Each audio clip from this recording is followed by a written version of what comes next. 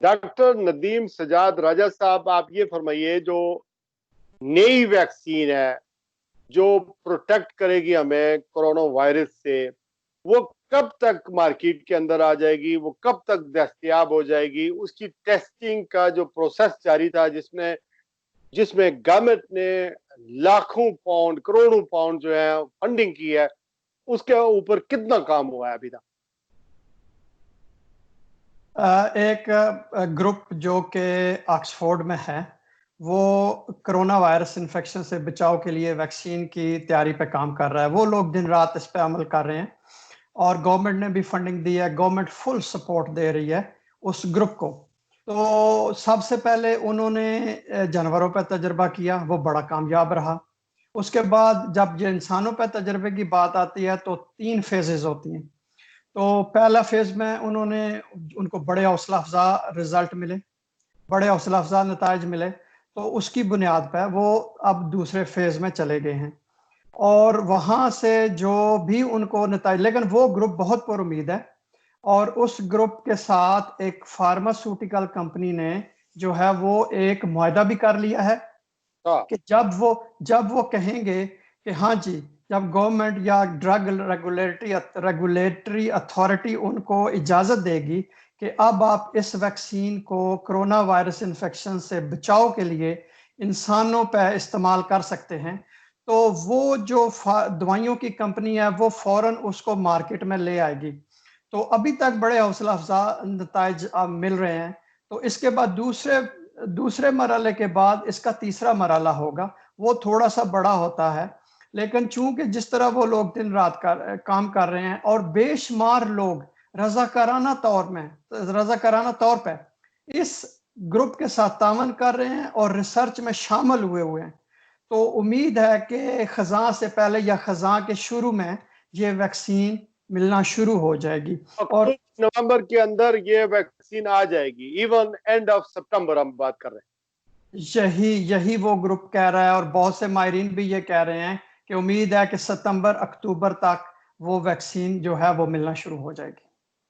हैं। डॉक्टर साहब, आप पाकिस्तानी ओरिजिन डॉक्टर हैं, लंदन के एक यूनिवर्सिटी अस्पताल में कंसल्टेंट हैं, सीनियर माइक्रोबायोलॉजिस्ट हैं।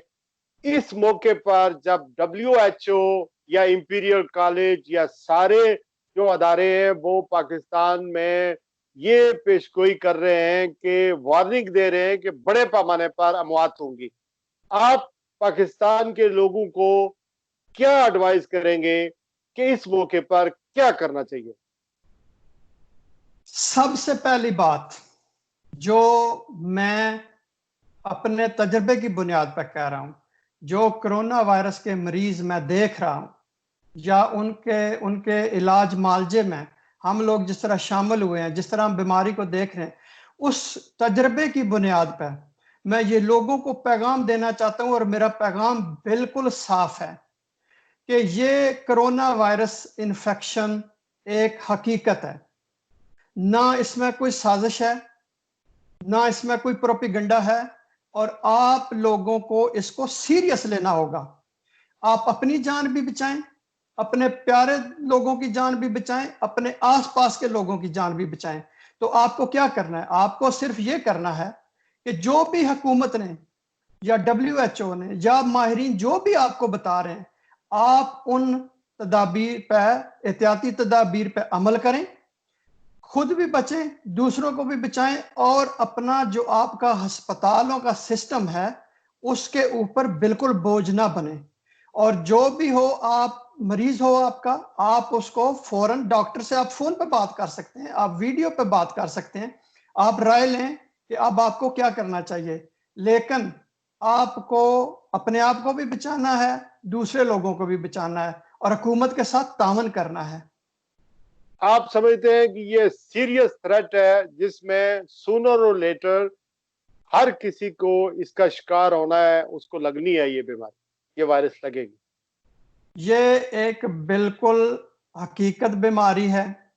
इसको हम जितना एहतियाती तदाबीर पर अमल करके इसको आहिस्ता कर सकते हैं, हमें करना चाहिए जब तक वैक्सीन नहीं आती। अगर वैक्सीन नहीं आएगी तो जल्द या बदीर हर बंदे को ये बीमारी होगी, लेकिन हम इसको आहिस्ता करके वैक्सीन आने तक कुछ ना कुछ रोक सकते हैं, और लोग वैक्सीन लगवा लेंगे, खास तौर पर वो लोग जो उम्र रसीदा हैं या जिनमें पहले से बीमारियां मौजूद हैं, ताकि उनको बचाया जा सके।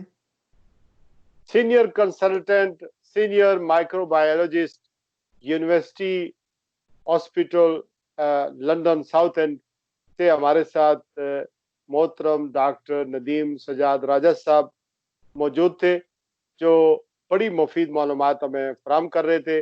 आपका बेहद शुक्रिया। बहुत शुक्रिया जनाब।